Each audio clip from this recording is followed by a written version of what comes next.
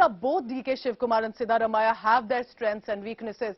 Who do you think, according to the sources speaking to you on the ground, can manage to sway right now, or it's really about a very close contest?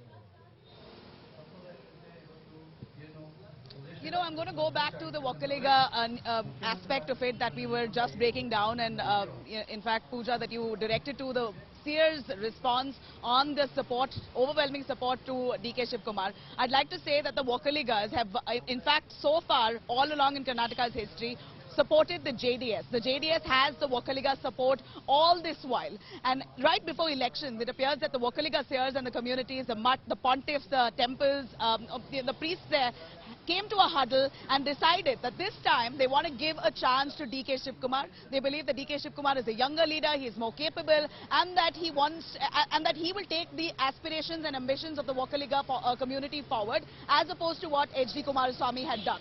So far, they had promised support to Kumaraswamy. Kumaraswamy was the chief minister twice, but very unstable. Isn't a man who has full control of the government, because usually he's an alliance partner. This time around, even before the election could take place, it appears the Vokkaliga came by in large numbers to support, and that's what the results also showed very clearly, that the JDS lost out of nearly 12 seats of the Vokkaliga hardcore, the core belt, and all that Vokkaliga support poured in for the Congress party. And this is precisely the representation that the Vokkaliga community is now asking and seeking for while they support DK Shivakumar for the chief minister. And we speak on the strengths and weaknesses on both the netas, both Siddaramaiah and DK Shivakumar. One is a strategist, that's DK Shivakumar undoubtedly. They call him the Chanakya. He has engineered a spirited campaign and a fight here for Karnataka's Congress.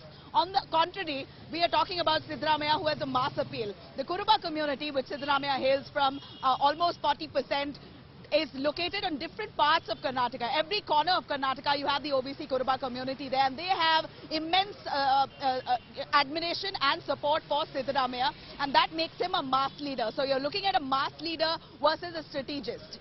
Yes, DK Shivakumar also has the support of the masses, but to a very, very small extent, not to the level of Siddaramaiah. Again, if you're looking at comparison, Siddaramaiah is an outsider. I'd like to tell you, there's been a lot of buzz in the circles of the Congress party that this time around, since Siddaramaiah has already been given a chance in 2013 to be the CM, he's completed his 5 years of successful that entire term, Siddaramaiah has to be given credit for it, for keeping the government stable. But on the contrary, he is an outsider. He's come from the JDS into the Congress's fold. He's not been part of the NSUI, he's not been part of the Congress cadre, the grassroots cadre, and not grown in the ranks of the Congress. On the contrary, DK Shivakumar has been the president of the NSUI. He has been a youth Congress president here in Karnataka and grown in the ranks to be to hold all profiles within the party itself, and finally to this position where he's aggressively posturing himself to be the chief minister of Karnataka. And also interestingly, Nabila, the kind of energy that DK Shivakumar has brought into the Karnataka Congress as well.